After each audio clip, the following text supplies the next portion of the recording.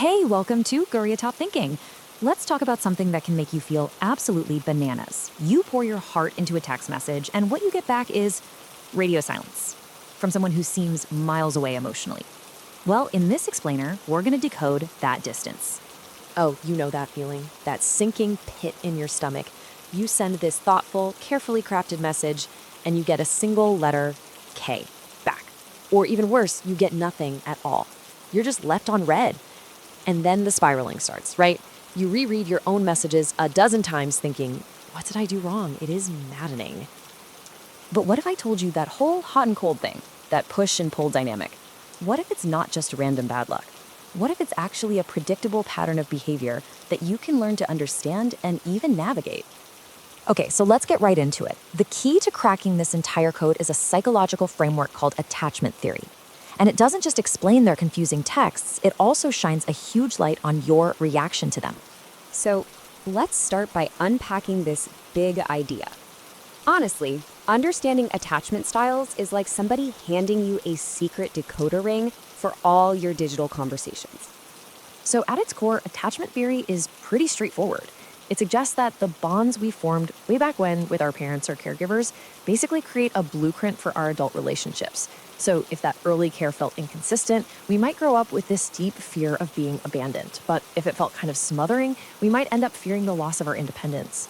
This blueprint, it shapes everything: what we crave, what we run from, and how we text when we feel vulnerable. And this blueprint leads to two completely opposite playbooks for texting. On one side, you have the anxious texter. Their biggest fear? Abandonment. So their goal is always to seek reassurance and get closer.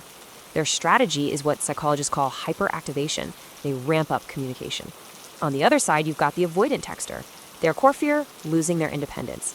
So their goal is to maintain distance, and their strategy is deactivation. They shut communication down. And you know exactly what this anxious hyperactivation looks like on your phone. It's the constant checking for a reply, it's sending those long paragraph-length emotional texts, and, oh yeah, the dreaded double text when a reply doesn't come fast enough. It's all driven by that deep core fear of being left behind. Now let's flip that coin. The avoidant patterns. This is their deactivation strategy in action. Responses are slow, sometimes hours or days later. The messages are short, practical, surface level. They are masters of keeping you at arm's length because deep emotional conversations feel really threatening to their sense of self. You see the clash, right? All right, so let's zoom in on this a bit. Let's look at how this plays out in some very specific and, yeah, very frustrating texting habits that are just hallmarks of the avoidant style.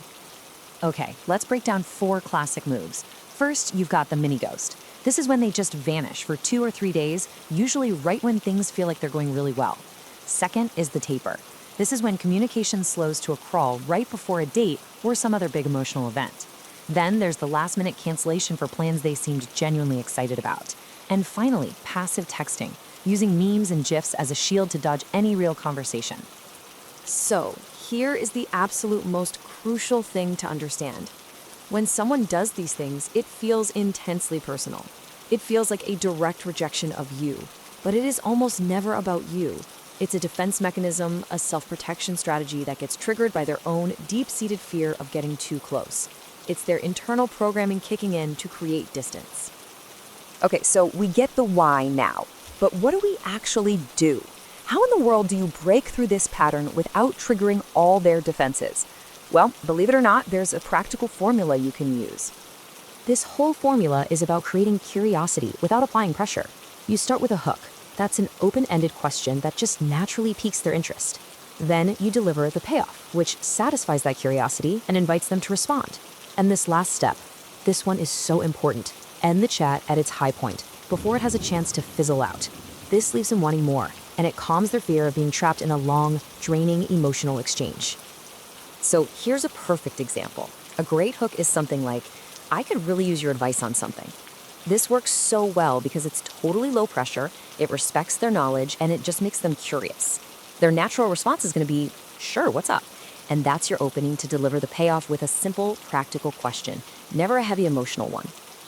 And here are 2 more little golden rules to keep in your back pocket. First, brilliance and brevity. Basically, mirror their style. Keep your messages concise. Let them be the one to write more. And second, aim for a 50-50 ratio. This is so important because it prevents you from falling into that anxious pattern of over-texting and accidentally overwhelming them. Now, we've covered tactics, we've talked about formulas, but there's one overarching principle, a mindset shift really, that is way more powerful than any specific text you can possibly send. So what is it?